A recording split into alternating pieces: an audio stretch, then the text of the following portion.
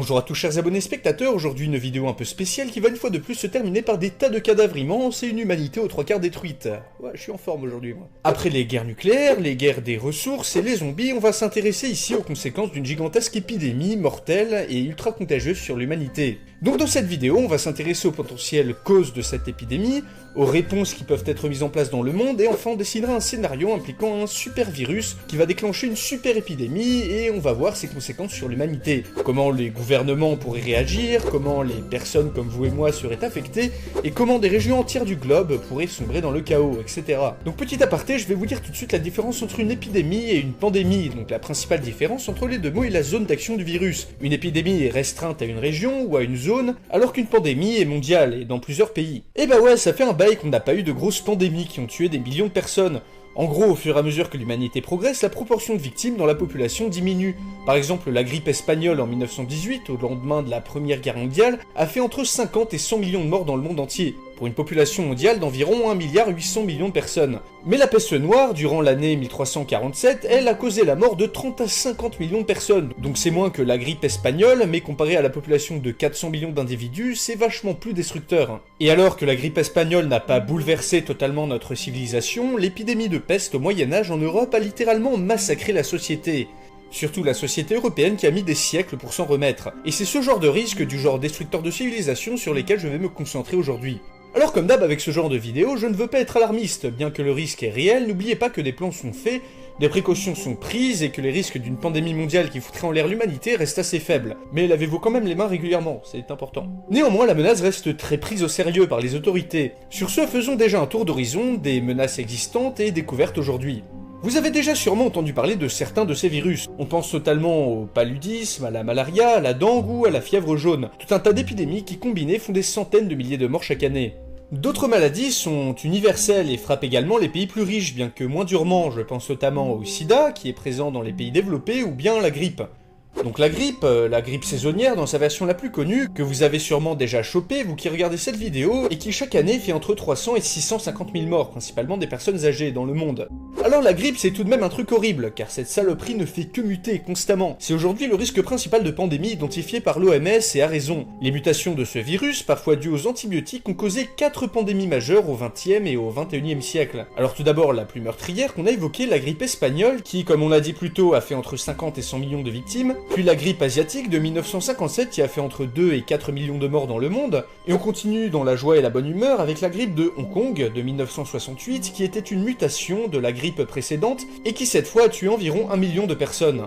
Et on termine avec la pandémie la plus récente, très contagieuse mais peu mortelle pour l'homme, le fameux virus H1N1, une grippe transmise via les animaux d'élevage, apparu en 2009, donc très récemment, et qui selon les dernières estimations a fait plus de 200 000 morts humains, plus des millions d'animaux. Mais si une pandémie de grippe super mortelle pourrait être intéressante à traiter avec un scénario, ça reste un type de virus qu'on connaît bien, et même une mutation particulièrement violente de cette grippe pourrait être étudiée et traitée grâce aux études et aux pandémies précédentes qui nous ont donné déjà beaucoup d'informations. C'est donc un autre type de virus que nous allons utiliser ici pour déclencher une monstrueuse pandémie, un virus totalement inconnu des scientifiques et pourtant vieux de dizaines de millions d'années. Nous sommes dans le futur, en 2030. Le monde est sensiblement le même qu'aujourd'hui, à une petite différence près. Les activités humaines n'ont pas été suffisamment ralenties et les objectifs de la COP21 pour limiter la montée de température à 1,5 degré n'ont pas été tenus. En 2030, la Terre est donc 2 degrés plus chaude qu'aujourd'hui et les effets commencent à se ressentir gravement. Inondations, tremblements de terre, un virus dormant depuis des milliers d'années désormais libre à cause du manque de précautions et de la chaleur soudaine. Tout comme Oleg, un ouvrier qui vient de recevoir via une plaie un virus préhistorique extrêmement mortel, l'humanité payera très cher son avidité. Le lendemain, un convoi de plusieurs hommes et femmes se dirige difficilement dans la grande ville la plus proche, la ville de Krasnoyarsk en Sibérie, pour ramener des vivres à l'expédition. A partir de là, l'infection va se répandre comme une traînée de poudre.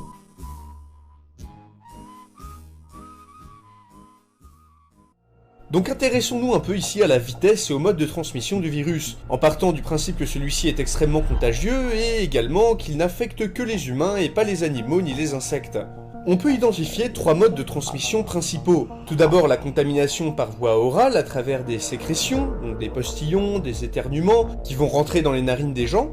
Ensuite la contamination indirecte, par voie orale également, à travers des objets contaminés, donc typiquement des poignées de porte touchées avec une main infectée, des barres de métro ou encore à travers l'eau ou la nourriture. Et enfin la contamination via les muqueuses, généralement par voie sexuelle. Il a dit sexuelle. Il faut savoir qu'il y a également une période d'incubation avant les premiers symptômes. Les symptômes qui sont pour ce virus une mort lente et douloureuse. On va fixer cette période d'incubation à 15 jours dans ce scénario. 15 jours où le virus devient de plus en plus contagieux à travers la personne sans pour autant provoquer de symptômes visibles. Vu que c'est un virus préhistorique gelé, il prend son temps pour se réveiller, on va dire. Et ouais, c'est un virus assez vicieux. Après ces 15 jours, on va dire que le virus tue dans la même durée que la peste bubonique, qui est une maladie extrêmement violente pour l'homme, c'est-à-dire une mort en moins de 7 jours et en étant extrêmement contagieux durant cette période. Donc en partant d'une quinzaine de personnes infectées qui se baladent dans une ville de 1 million d'habitants comme Krasnoyarsk, en combien de temps un virus contagieux de ces 3 manières pourrait se répandre et combien de personnes pourraient-elles toucher avant les premiers morts et donc la révélation au grand jour de l'existence de ce virus? Alors à cette période de l'année, en septembre, il fait chaud en Russie, 20 degrés en moyenne dans la ville où se situe l'action. Les gens sont dehors et interagissent donc beaucoup plus entre eux. Le virus peut dans ces conditions se transmettre beaucoup plus rapidement qu'en hiver où les personnes restent plus chez elles. Donc vous, quand vous sortez de chez vous, combien de personnes croisez-vous dans la rue? Au moins quelques-unes dans un petit village, peut-être pas à la campagne, mais littéralement des centaines dans une grande ville. Donc maintenant essayez d'imaginer tous les objets que vous touchez dans la rue et avec qui d'autres personnes pourraient être en contact. Des rampes d'escalier, des lampadaires, des vitres, des autres personnes que vous frôlez, que vous touchez par inadvertance. Dans ce genre de scénario, vous touchez une rampe de métro, vous foutez le virus dessus, et toutes les personnes suivantes qui touchent cette barre et approchent leurs mains trop près de leur bouche sont contaminées. Sans oublier bien sûr vos amis et votre famille avec qui vous êtes beaucoup plus proche physiquement. Donc maintenant imaginez un virus avec une période d'incubation de 15 jours, ça veut dire que personne ne s'en rend compte avant et qui de plus est complètement inconnu. Et également complètement inconnu à votre corps, donc pas d'immunité. Pour ça, je vais me fonder sur un modèle célèbre dans la communauté scientifique qui est le modèle SIR de propagation des maladies.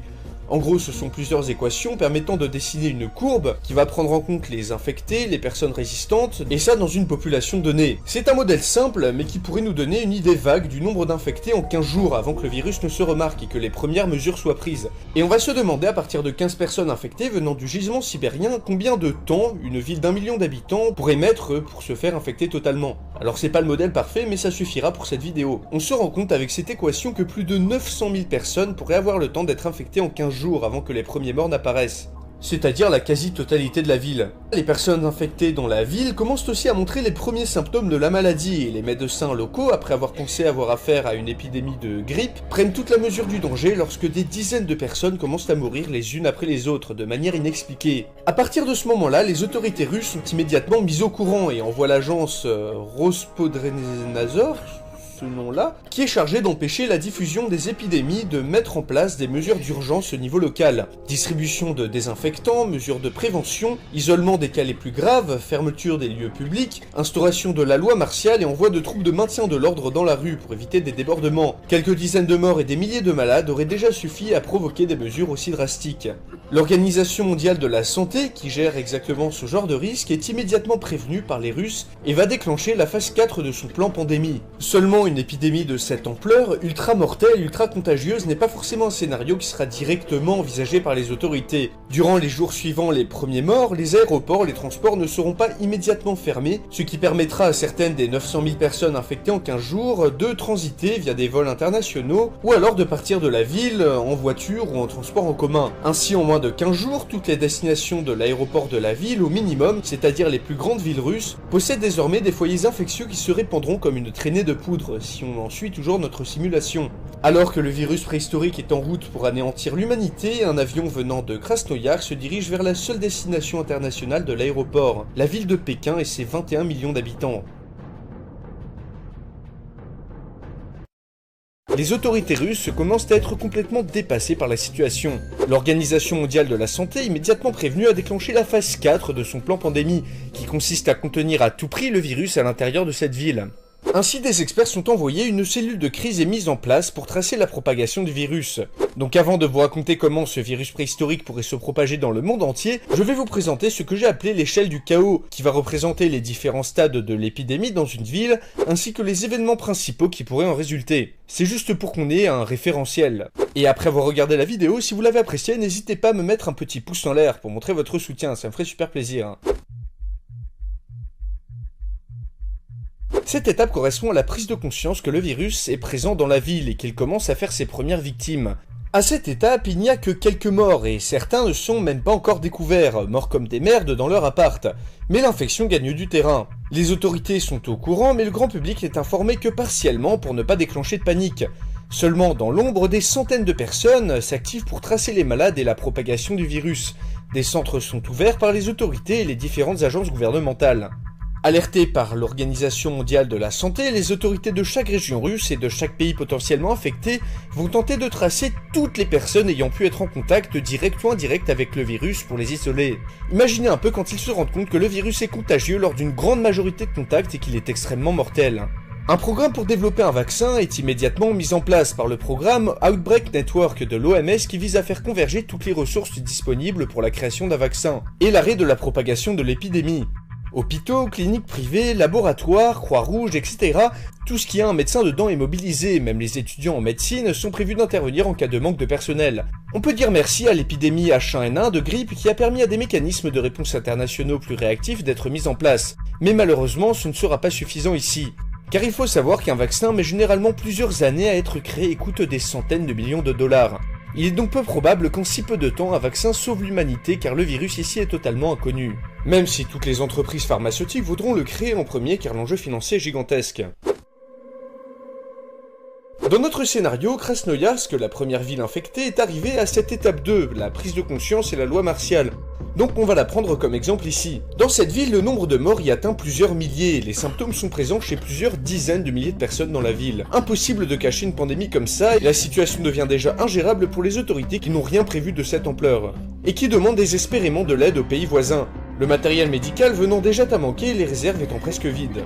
La panique se répand parmi la population et menace de faire plonger la ville dans le chaos. Des vidéos d'hommes en combinaison stérile enlevant en plein jour des petites vieilles infectées par le virus ont fait le tour du monde, et chaque gouvernement est au courant de la situation et commence à faire l'état des lieux des solutions pour empêcher la propagation du virus. Alors pour l'instant, la vie suit son cours plus ou moins normal, mais en prévision, les autorités russes sont obligées de réagir. Elles n'ont plus le choix et sont obligées d'envoyer des unités spécialisées ainsi que l'armée pour garder le calme. Des stades entiers, des salles de concert, des gymnases sont réquisitionnés pour y mettre les malades. Un couvre-feu est instauré ainsi que des checkpoints et seuls les hôpitaux et certaines administrations vitales fonctionnent toujours à Krasnoïarsk. Les personnes bravant le couvre-feu le soir sont immédiatement envoyées dans un centre de quarantaine et rarement relâchées. Des experts internationaux sont envoyés en Russie par d'autres pays pour déterminer le degré de dangerosité et de transmissibilité du virus. Le Center for Disease Control américain nous fournit plusieurs documents intéressants sur son site qui lui permettraient en cas de pandémie de déterminer le degré de merde dans lequel l'humanité est. Et chaque agence gouvernementale a les mêmes échelles. L'OMS à ce stade-là est consciente que le virus s'est diffusé dans d'autres pays et déclenche la phase 5 de son plan pandémie. L'organisation est consciente qu'une pandémie mondiale est imminente et que toutes les mesures doivent être prises pour la ralentir. Les médias locaux et nationaux sont mis sous tutelle. À Krasnoïarsk, Internet est localement coupé et les populations sont obligées de s'informer grâce à la télé ou la radio contrôlée par le gouvernement, qui minimise constamment la gravité de la situation. Alors que les morts s'empilent dans les centres de quarantaine et que le virus est aperçu dans de plus en plus d'endroits malgré les discours rassurants du président russe à la télé, la panique s'installe petit à petit. À Krasnoïarsk, seuls quelques milliers de personnes restent saines. Dans la plus grande ville de Sibérie, rien ne va plus. Le nombre de morts atteint plusieurs dizaines de milliers et la majorité de la population souffre des symptômes de la maladie. Les personnes encore saines ou alors guéries sont réquisitionnées pour aider l'armée et les spécialistes qui sont complètement débordés. En effet, la situation s'aggrave dans tout le pays ainsi qu'à l'international et des ressources sont demandées partout. Les moyens viennent à manquer et les corps commencent à être brûlés en pleine rue par manque de sacs mortuaires. D'immenses charniers se créent et des centaines de personnes meurent seules dans leur appartement. Les unités de l'armée envoyées sur place pour maintenir l'ordre comptent également des dizaines de morts dans leur rang, ce qui rend d'autant plus difficile de contenir tout le monde chez soi. Plusieurs supermarchés, pharmacies ou commerces sont pillés régulièrement. À l'extérieur de la ville, la situation n'est pas plus glorieuse et l'épidémie a fait ses premiers morts dans plusieurs pays que l'on pensait encore épargnés. L'OMS lance la dernière et la plus importante phase de son plan pandémie, la numéro 6, qui dit en gros « La catastrophe arrive maintenant dans le monde entier, que vous soyez prêts ou pas ». Le gouvernement russe est déplacé dans un complexe secret et dirige le pays via internet. Des barrages sont mis en place un peu partout, tous les déplacements interdits à l'intérieur de la Russie, et la loi martiale déclarée partout. À Krasnoïarsk, les mesures les plus extrêmes possibles sont mises en place. Des tas de cadavres s'empilent désormais dans les rues, même plus ramassés dans certains quartiers et rassemblés dans d'immenses fosses communes, et tout le monde est prié gentiment au bout d'un canon de rentrer et de rester chez soi. D'ailleurs, la plupart des hôpitaux ne sont tout simplement plus en état de fonctionner et sont devenus de simples mouroirs manquant gravement de personnel. Un marché noir s'est très vite improvisé autour des fournitures de première nécessité vendues par des mafieux portant des masques à gaz. Seul le camp militaire improvisé, n'acceptant aucun civil et où des experts russes et internationaux tentent d'étudier le virus, reste relativement épargné. Quelques milliers d'habitants, tous infectés, se sentant complètement impuissants chez eux et ne voulant pas mourir, se rassemblent, et à cause de quelques agitateurs qui affirment que le gouvernement leur cache des médicaments, convergent vers le QG des forces armées russes. Après plusieurs tentatives de les disperser par des fumigènes qui restent sans effet, les manifestants improvisés, encouragés par les agitateurs, foncent vers les positions de l'armée dans l'espoir d'y trouver le remède à la maladie. Le lieutenant Anatoly, chargé de protéger à tout prix le camp et les spécialistes russes et internationaux qui s'y trouvent, ordonne d'une voix tremblante de peur d'ouvrir le feu sur la foule. Après un instant d'hésitation, les balles 7,62 mm standard de l'armée russe pleuvent littéralement sur le rassemblement et fauchent des dizaines de personnes. Une étape dans le chaos est franchie et les vidéos de l'affrontement mises en ligne via une connexion pirate font le tour du monde. Alors prenons un peu de recul pour constater l'effet que les vidéos de l'épidémie auraient eu dans d'autres coins du monde. En effet, les images mises en ligne sur YouTube sont vues par des millions de personnes, l'armée russe tirant sur ses propres citoyens, le signe que quelque chose va clairement mal. Alors que Krasnoïarsk a perdu une grande partie de sa population, l'épidémie se répand partout dans le monde. L'effet est catastrophique sur le moral des gens. Malgré les avertissements des différents gouvernements, dans des endroits même pas encore touchés, des émeutes et des pillages spontanés vont se succéder. Dans des pharmacies, parfois des hôpitaux, pour récupérer des médicaments pourtant inefficaces contre l'infection. Genre on pourrait voir des abrutis qui pillent des stocks de Doliprane en pensant que ça va les sauver. Les gens vont amener leurs proches à l'hôpital pour n'importe quoi, pour un rhume, pour une angine, en pensant que c'est le virus préhistorique, ce qui conduira les services d'urgence à être complètement débordés avant même le début de l'épidémie dans certaines villes. Les médecins devant s'occuper de détecter des angines au lieu de virus, le combat contre la propagation de l'épidémie devient problématique. Les hôpitaux pourraient même d'ailleurs devenir les pires endroits où aller, car une seule personne vraiment infectée dans la foule de gens inquiets pourrait transmettre le virus à tout le bâtiment. Au pillage s'ajoutent les casseurs et l'intervention des forces de l'ordre. Alors, ça dépend des pays, mais dans une manifestation classique, c'est des lacrymos, des matraques et des grenades. Sauf que là, la plupart des autorités des pays chercheront à arrêter à tout prix le chaos pour éviter que l'épidémie ne se propage plus.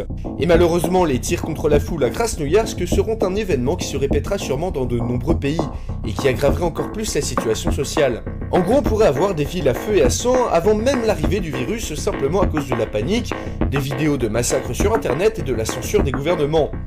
Beaucoup de policiers d'ailleurs abandonneraient tout simplement leur poste pour revenir vers leur famille et des bandes de pillards voleraient, tueraient et agresseraient des personnes pour de la nourriture ou des médicaments. Il faut savoir que dans la panique et voyant que le gouvernement ne peut rien faire contre le virus, de nombreuses personnes se tourneront vers des gourous, des leaders charismatiques, des religieux, des blogueurs, qui pourraient leur promettre tout et n'importe quoi, et surtout n'importe quoi d'ailleurs. Suicides collectifs, faux médicaments et remèdes, fausses rumeurs, rituels, des exodes collectifs pourraient même avoir lieu à cause de personnes pensant qu'un endroit est plus sûr qu'un autre, ce qui paradoxalement propagerait la pandémie encore plus.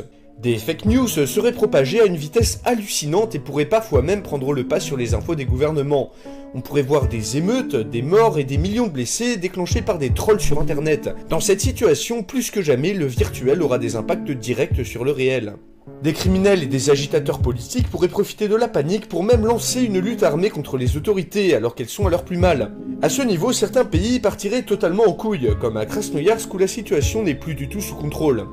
Alors que les portes de la prison ont été ouvertes et ont laissé s'enfuir des centaines de criminels dans la nature, le lieutenant Anatoly et ses troupes sont désormais encerclés par des milliers de civils plus ou moins armés persuadés que le médicament est à l'intérieur de leur camp. Des combats font rage dans toute la ville et ajoutent au chaos ambiant. Dans la banlieue de Krasnoïarsk, alors que des cadavres s'empilent, que les civils tirent sur l'armée, que l'armée tire sur les civils et que l'électricité ne tourne qu'une heure par jour, Vassili, un hacker qui a mis en ligne les images du chaos, vient de constater avec ravissement qu'il a dépassé 1 million d'abonnés sur YouTube en 48 heures et se demande si malgré tout il recevra quand même son trophée après l'épidémie. Alors même un super virus préhistorique comme celui-ci aurait ses limites, en tout cas pour un moment. Même si la structure est inconnue, la diversité génétique des humains aurait tout de même laissé bon nombre de survivants, du moins jusqu'à la prochaine mutation. Ainsi, le compte des morts atteint 70% à Krasnoïarsk, la première ville touchée par l'épidémie, mais le compte des victimes ne s'arrêtera sûrement pas ici. La ville est désormais en plein chaos, des dizaines de milliers de personnes ont préféré fuir à pied, en voiture, de la ville, fuyant la maladie, la famine et les combats. Des embouteillages monstrueux en ont forcé certains à s'enfuir à pied pour mourir sous le soleil écrasant dans la nature. Parmi les survivants, une atmosphère de guerre civile règne. Des groupes armés, principalement composés de criminels échappés de prison, tiennent certaines parties de la ville tandis que les militaires restent retranchés dans leur camp. Tous les militaires montrant un petit signe de l'infection se voient jetés dehors pour éviter de contaminer le reste. Après avoir épuisé et pillé toutes les ressources disponibles, les gangs armés de criminels ou de civils commencent à se battre entre eux ou à tenter leur chance à la campagne. En 4 mois, la société a révélé ce qu'elle avait de pire et la violence est monnaie courante. La nourriture est inexistante, l'eau rare, et quand les gens ne meurent pas de maladie, c'est de violence ou de famine. Le virus ayant déjà fait un beau travail, avec 70% de victimes, les humains vont compléter le travail en faisant monter ce chiffre à 85%. Sur 1 million d'habitants, 4 mois après le premier infecté, seuls 40 000 survivent péniblement dans la ville. Le reste étant soit mort, soit enfui. La centrale nucléaire de Krasnoïarsk va également poser de gros problèmes car éteinte à la hâte. En effet, le réacteur central se met à chauffer dangereusement et les risques de contamination radioactive sont très grands. Les habitants restants sur place ont à subir le début de l'hiver sibérien qui n'en épargnera que peu. Il est probable que dans ce scénario, d'ici le mois de juin, la ville soit complètement morte de faim ou de froid. Ah oui, et puis les animaux qui sont immunisés à la maladie se seraient fait soit bouffer, soit seraient retournés à l'état sauvage. Toutes les étapes que je viens de vous décrire ne valent pas que pour la ville de Krasnoïarsk. En Sibérie, il est probable que tous les pays du monde aient à faire face à des situations pareilles, plus ou moins aggravées par la situation locale. En cas de pandémie aussi violente que celle du scénario, des Krasnoïarsk, il y en aura plein et dans le monde entier. Alors ici on va prendre du recul et voir comment le virus serait propagé dans le monde, si des zones seraient épargnées et les effets plus globaux de la pandémie, etc. Alors une pandémie de ce genre se serait propagée partout. Souvenez-vous, dans notre dernière vidéo, après Krasnoïarsk, le virus arrivait à Pékin. Aurait-il été possible de le stopper à partir de là? La réponse est non.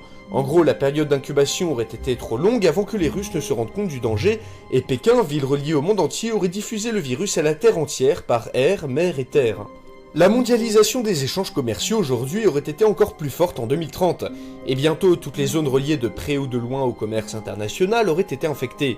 Selon ce bouquin de Éric Leroy sur la grippe espagnole, alors je vous en lis un extrait, la progression du virus fut foudroyante, des foyers d'infection furent localisés dans plusieurs pays et continents à la fois en moins de 3 mois, et de part et d'autre des États-Unis en 7 jours à peine. Voilà, et ça c'était en 1918, pour la grippe espagnole, alors imaginez aujourd'hui, avec le développement des transports. Qui aurait pu être épargné? On peut penser à certaines régions très mal reliées au reste du monde, isolées, des petites îles du Pacifique, des peuples ou des tribus n'ayant que peu de contact avec l'extérieur, qui seront d'ailleurs de moins en moins nombreux dans le futur, ou bien des pays ayant eu le temps de voir venir et de mettre en place un blocus total des frontières terrestres, maritimes et aériennes les premières semaines de la pandémie. Et là, surprise, aucun pays ne ferait ça. Le monde étant de plus en plus interconnecté, il y a le choix entre stopper les échanges et niquer l'économie, ou bien stopper la pandémie. Alors au bout d'un moment, on n'a plus le choix, mais tant qu'on peut ne pas perdre de l'argent, on le fait. Et ce sera seulement quand les morts se compteront par milliers que la plupart des pays du monde auront fermé leurs frontières, mais bien trop tard. Des endroits comme les bases scientifiques en Antarctique ou alors la Station Spatiale Internationale auraient sûrement été épargnés, c'est logique, mais aussi très sûrement oubliés, et donc condamnés à mourir. Alors par contre, certains pays auraient pu contenir l'épidémie plus longtemps, ainsi que sa propagation, et mieux que d'autres. Surprenamment, certains pays très pauvres, mais ayant déjà subi des épidémies comme Ebola ou Zika, pourraient réagir rapidement et avec expérience au virus. Je pense à certains pays d'Afrique, comme la Mauritanie ou le Nigeria. En effet, pour ces populations, les épidémies font partie de leur quotidien, alors que les pays plus développés, comme les États-Unis ou ceux de l'Union Européenne, n'ont pas connu d'épidémies d'ampleur depuis des dizaines d'années. Le problème n'est donc pas la réponse du gouvernement, qui sera bien sûr plus efficace dans les pays développés, mais le problème viendra plus des populations. Je vais prendre un exemple. Durant l'épidémie d'Ebola, en Sierra Leone, le gouvernement a demandé à ses citoyens de rester 3 jours entiers chez eux pour limiter la propagation de la maladie, tandis que des équipes de médecins faisaient le tour des habitations. Maintenant, imaginez un peu l'horreur si, en France, un ministre de la Santé essayait d'implémenter ça.